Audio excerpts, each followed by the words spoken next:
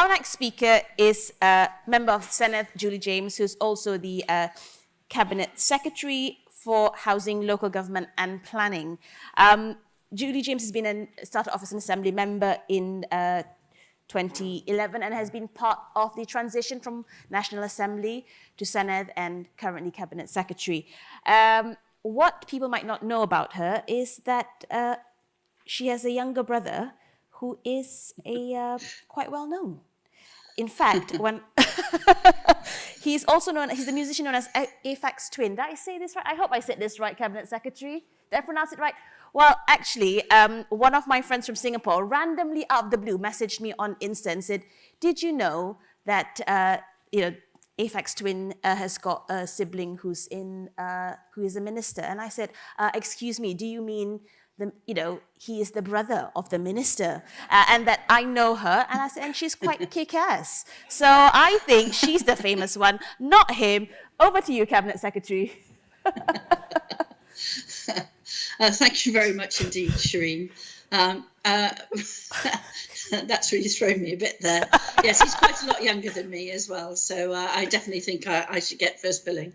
Anyway, look, I'm really, really sorry I'm not there with you in person. I really would have loved to have been, but I am delighted that you've invited me, and I am actually really delighted to be back in the government as the Cabinet Secretary with responsibility for local government. It's one of my first loves, I must say. And the summer school's now in its 19th year, and that's amazing. And it's really, really great to see so many people from such a wide variety of Welsh public sector organisations and over 137 colleagues in the room in the beautiful setting of Lampeter. And we've got 70 public and third sector organisations represented here this week as well. And this is really what the event is all about, a chance to come together, learn from one another away from our day jobs. So I really, really hope that everyone gets to use this time away from the emails and notifications and the constant interruptions to really get together and collectively learn and develop as leaders. I hope we can make the most of this opportunity to talk to colleagues from across public services and third sectors in Wales. Previous delegates have told me very much that the networking opportunities have proven invaluable and long-lasting, and I hope this will be the case at this year's event too. The last time I came to the summer school in person was in 2019. We had absolutely no idea what was going to happen in the months to come with the global COVID-19 pandemic. The summer school, like so many other events, needed to be redesigned immediately after that. So Academy Wales did that in a very short period of time and delivered the summer school completely virtually for 3 years to so very many people. And although those events were successful and highly thought of, it is very nice to get back to face-to-face interaction that means so much to all of us. And I'm particularly sorry that I'm not there with you as a result. Everyone here does so much day in, day out to lead organisations which play such an important part in Wales and to the people of Wales. And so I just wanted to start with a really heartfelt thank you to all of you. Thank you not just for the commitment, the dedication and the passion you demonstrate every day within the organisations you lead, but also for doing this and continuing to do this in such incredibly difficult and challenging times and within complex, ever-changing contexts in which we live and work. So the ethos of the One Welsh Public Service gives us a shared responsibility to help create the Wales that we want to live in, both now and in the future. And as leaders, we know our priorities are constant needing to evolve and shift as the new challenges arrive. Over the coming months and years, we'll see a greater need to reshape our services to meet the requirements of the people of Wales. We will increasingly need to collaborate between services to address a broad range of complex, cross-cutting challenges we face. Strong leadership resilience will be key during these times, which is why the theme for this year's summer school, which is leading with clarity and confidence in changing times, is so very important and will help provide you with the tools to support you to lead your organisations in the best way. It will also support your personal resilience with some practical tools to take away. I know the summer school gives you the opportunity to attend a range of interactive sessions delivered by academics, authors and providers who can gift you with the insight and knowledge to support you and your organisations and the communities you serve. You'll have already seen over the first few days of summer school keynote speakers, including academics or experts in their chosen field. I know on Tuesday you focused on the future and how AI can impact and shape public services, and the day focused on your role as leaders in supporting your team around the very topical issue. And yesterday, the theme was inclusive leadership. I know you've heard from keynote speakers, including Professor Barbara Banda, who focused on creating an environment for inclusion in organisations, something that I am particularly keen to make sure we continue to work on right through Wales. And just now we've had Professor Jason Arday of Cambridge University and Shireen herself about leading with courage, addressing issues and driving change. And actually, Shireen, I want to pay back the compliment and say that I think you're the most extraordinary person I've met in public service in a very long time. Don't make me cry. You've been courageous and insightful. Well, it's absolutely true, Shireen, and I think it needs to be said. So you've been courageous, insightful and inspirational, and you've been a real beacon for change. So I just wanted to pay that tribute to you as well. You know that I feel very strongly about inclusive leadership. And we need to ensure as leaders that we ensure everyone in our team is valued and able to contribute from their individual perspectives. And actually, I think we owe our organisations the need to make sure that our recruitment and retention is as inclusive as it can be as well, to make sure we hear from the widest of diverse voices in order to shape our leadership teams. I know you've had the opportunity to attend interactive workshops on a wide range of subjects and the option of a taster coaching session, either face-to-face or virtual. And I know today and tomorrow is focusing on organisational and personal resilience. It is vital and something I hope will better equip you to face whatever challenges lie ahead for you in the future, including some practical tips for you to take away for yourself and your team on your return to the workplace. We can control how we approach and deal with challenges, even as they ever change in front of us. I'm a very proud Welsh girl and I was raised in Swansea. I did spend the early part of my career in London, though, working as a policy lawyer with the London Borough of Camden. I returned to Swansea as a recovering planning lawyer to work for West Glamorgan County Council and then the City and County of Swansea. It's been an interesting career. Returning to Wales was very interesting too, because I came from a very diverse area of London to not such a diverse place in Wales. When I first went to West Glamorgan Council, I was the only woman in the top 3 tiers of the organisation.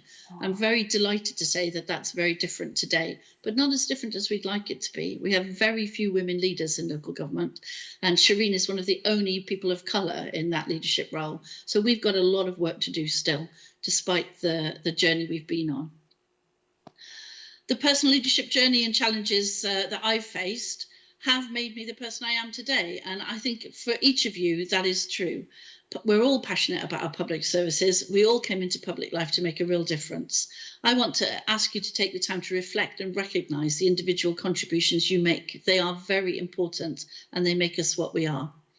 I also want you to all look at Academy Wales' strategy for 23 to 26. The text and illustrative versions are there for you, and the visual counterparts are both available on the on the Academy Wales website. Please share it with your colleagues in the third and Welsh public sectors and let them know how Academy Wales can support their leadership journeys too. Please use what you learn here from the speakers and from each other. Make connections, create relationships and continue to work together across Wales. Please take the learning back to your organisations and help us realise our aim of an ethos of a One Welsh Public Services. It is so easy to listen to these things when we're away from work, think that they're really interesting and fall back into what we were doing before when we go back to the ranch. Please don't. Please do take them forward in your organisations and try to make them practical, because it's your leadership, your passion and your energy combined with that of your teams that will help us to all meet the challenges we have to face together. So again, I want to thank you for all you've already done and all that you will continue to do. Your contribution makes a huge difference in people's lives. As we look to the future, let's continue to support and champion our public services together, ensuring they remain robust, resilient and responsive to the needs of us all. Together, we can build a Wales where everyone has the opportunity to lead a healthy, fulfilling and secure life. So I really hope you enjoy your time at the summer school, but most of all, I hope it gives you the tools to carry forward into your leadership. Diolch yn fawr. Yeah.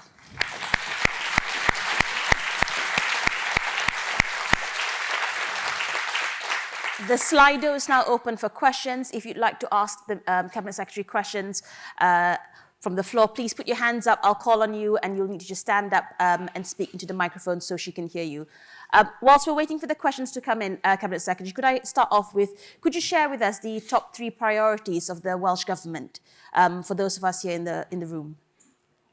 Yes, absolutely. So the top priority for us is making sure that the health service is resilient as it can be. The second priority is making sure that local government is as resilient as it can be. And those two things together are a single priority, really. The third priority for us is to ensure that everyone has a safe and secure home in Wales. We're building 20,000 additional social homes for rent across Wales. We need some real serious help to help us get to that. And those priorities together are really what we're concentrating on. We've less than 20 months left of the Senedd term. We've got an awful lot of work to do. The fourth priority is, of course, the climate and nature emergency. We've got a environmental governance and biodiversity target bill coming forward, which I really hope will make a serious difference to Wales's ability to meet the 30 by 30 climate change goals that I personally signed up to in the Montreal COP.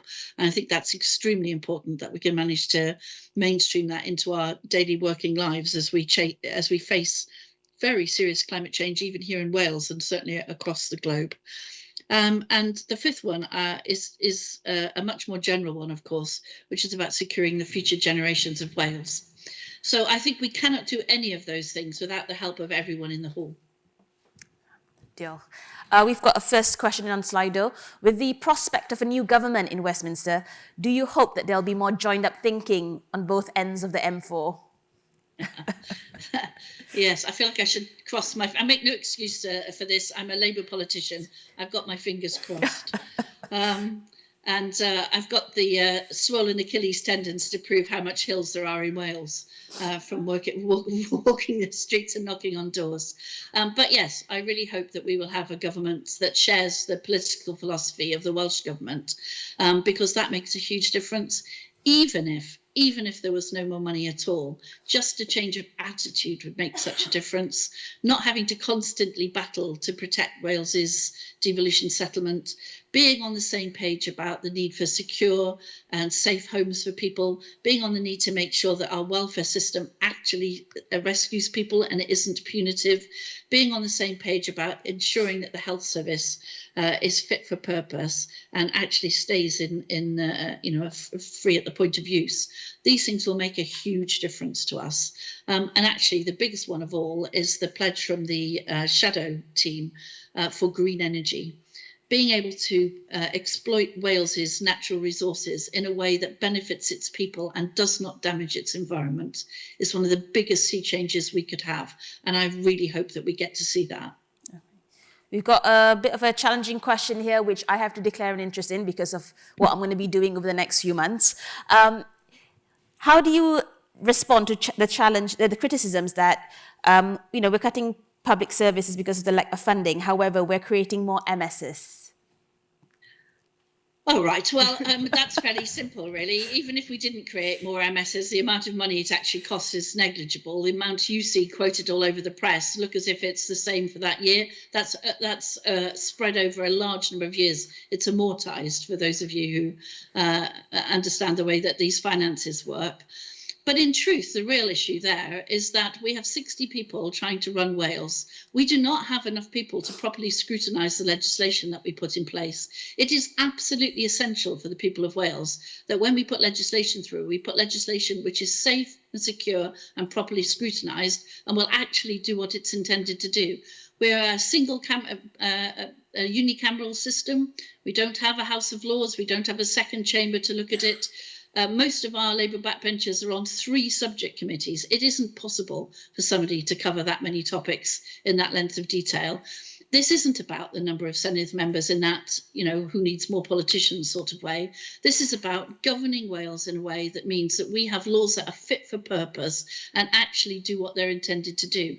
And the idea that we can do that with only 60 people is for the birds, frankly. So, I make no bones about it. There is absolutely no way, given the additional powers that the Senedd had since I've been elected to it, that we can manage that on the number of members we have today. So, it is absolutely essential to good governance that we have enough people to properly scrutinise and hold the government to account and make sure those laws are fit for purpose. Deal. If you were gifted one wish to make a single change to improve the lives of people in Wales, what would your wish be? That's a really hard one, isn't it? I would wish that everybody had their health. That would make such a difference.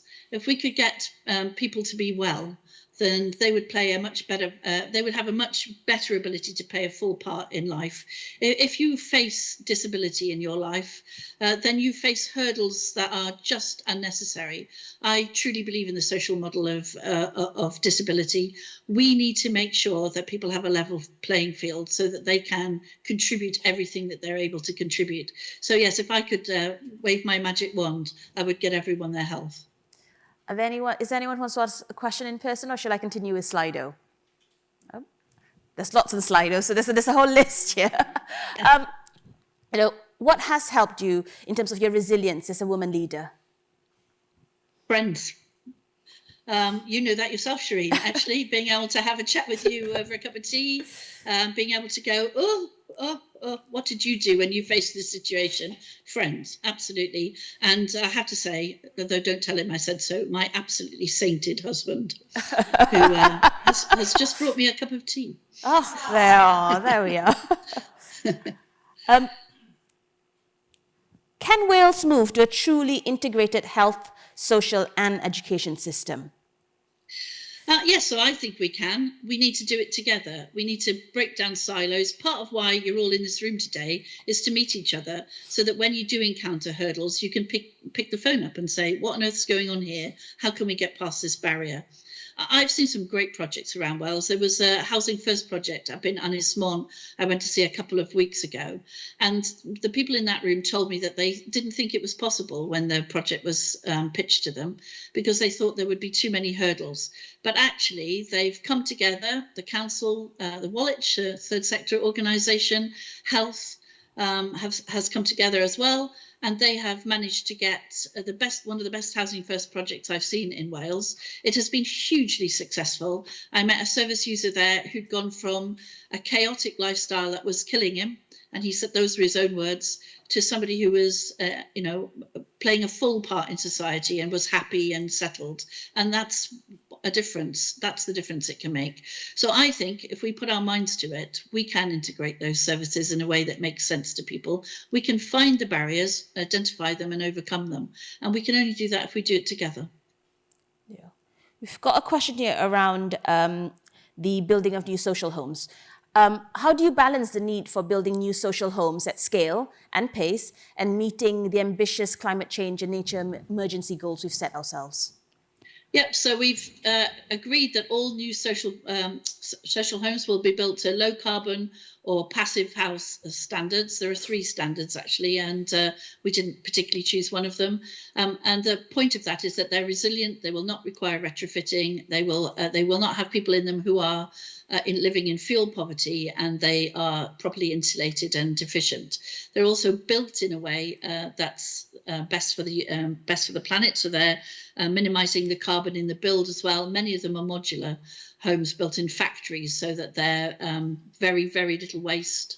And it's actually a much more diverse workforce as well, because it's in much better working conditions. So I'm pretty sure that we can really make a difference with that. But also, Shireen, we have a huge programme of retrofit for our older homes, and we need to do that in a way that's both carbon neutral and efficient as well. And we've just rolled out the latest iteration of the Welsh Housing Quality Standard. We've had to do that over a longer period than I'd have liked because of the cost of living crisis, but nevertheless, we're holding to the standards. Thank you. You've obviously, you've now just mentioned the cost of living crisis, and poverty in Wales is a huge challenge for all of us. I mean, it's not just a challenge for the Tackling Poverty team. It impacts all the services that we deliver in the public sector. I suppose, the question is, how do we eradicate poverty? Well, that's a big question, isn't it? I need about 3.5 hours to just set out all of the issues there. But I think there are a couple of things that we really could concentrate on as a public service. The first is passporting entitlement. So in some places in Wales, we have councils who, once you've proved your entitlement to one benefit, passport you onto all the others. And because we know one of the biggest problems we have is people not picking up their benefits. We have a huge amount of benefits that are under deployed in Wales, and we really need to make sure that people get the benefits they're entitled to. This isn't about some kind of scrounge culture. I hate that terminology. This is about people getting the things that enable them to play a full part in society. Almost everyone on benefits is of working age, and actually the biggest benefit part, of course, is pensioners who've worked all their lives. We hardly ever think of pensioners' benefits, but it's part of the welfare bill. We need to make sure that people have a resilient safety net and are able to get into work. I do not hold with the idea that we save money by trying to save money of people who are already struggling. We know from our universal basic income pilot for care leavers, that actually the fastest route out of poverty for people is to give them enough money. Let's just be clear. This isn't about the kind of patronising, teach people how to be. Most of us couldn't live on the amount of money that people are being asked to live on. So it's about reform of the system and making sure that people can contribute in a way that enables them to live their best lives, really. That sounds idealistic, I know, but it's perfectly achievable, and it's achieved in most of the other G20 countries. Thank you. We've got time for one last question. I'm going to open it up to the floor. Oh, we've got one right in front here. Can I ask you to stand up? I don't want to stand up. Hi, I work in Pembrokeshire Coast National Park Authority, and it's not a question. I just wanted to say thank you because you've been really supportive of planning and of the national parks in particular, and we were all really scared that you weren't going to be our minister anymore recently. So we're really, really relieved about that. And I never understood why you were so supportive of planning, but having heard your intro, I think maybe having worked as a planning solicitor, you've got an insight into what planning does. So it's not a question, it's just a thank you. Yeah. Oh, that's really nice. Can I just say, my husband works in housing in Welsh Government, and he had the exact same fears when there was an election for a new Labour leader. He was like, oh, I hope Julie James stays. So you've got lots of fans there, Cabinet Secretary. That brings us to the end of our session today. Do you all for your time, Cabinet Secretary? I know you've got a really busy diary. It's crazy times now, pre-election period. Maybe you'll get a breather next week on Thursday. Deal. Round of applause, please. Thank you. Thank you very much.